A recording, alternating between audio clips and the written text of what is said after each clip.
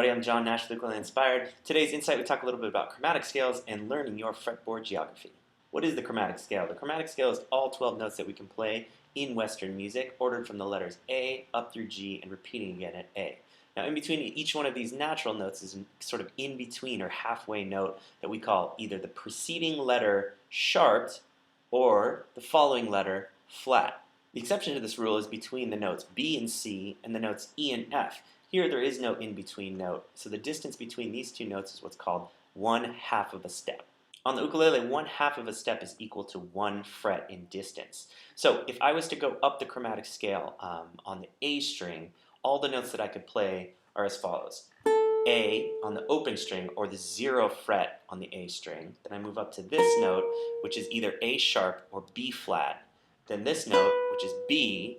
Then this note, which is C, because there's no in-between note or sharp or flat between B and C. Then C sharp, D, D sharp, E, F, F sharp, G, G sharp, and then back to A where it repeats. Let's check out an exercise that can help us to familiarize ourselves with where these notes are on the fretboard, or what I call fretboard geography.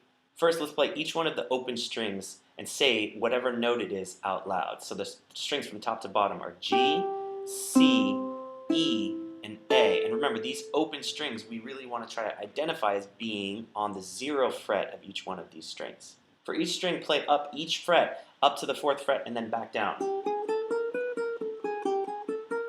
Now you can do this for dexterity, but also remember each one of those frets has a different note name, so try and say those to yourself out loud while you're playing.